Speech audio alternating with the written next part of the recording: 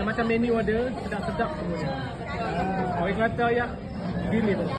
Bersama saya, siapa yang tak kenal dengan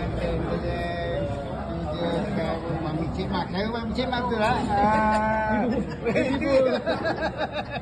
Ibu boxing. Bergapi dia roasting okey, penjaga kod yang terulung pada masa apa tahun ni? Pada masa dulu. Pada masa dulu lah. Memang famous ibu punya nama, memang menaik. Apa perkembangan ni sekarang? Apa yang tengah buat? Alhamdulillah saya masih lagi main bola untuk Sabah FC. Oh. Jauh. Jauh. Ada chance lagi kan insya-Allah kan. InsyaAllah. Kalau di Malaysia betul Harimau Malaysia. Harimau Melaya. Harimau Melaya saya tak main apa. Tak main kan masa faham lah. Ayo dah faham tak main lah. Okey, nak tanya pula macam mana makan sambal hijau ni. Ya Allah, DJ dah. Sambal hijau memang macam biasa lah bang. Memang selalu sedap seperti yang orang cakap lah. Nampak?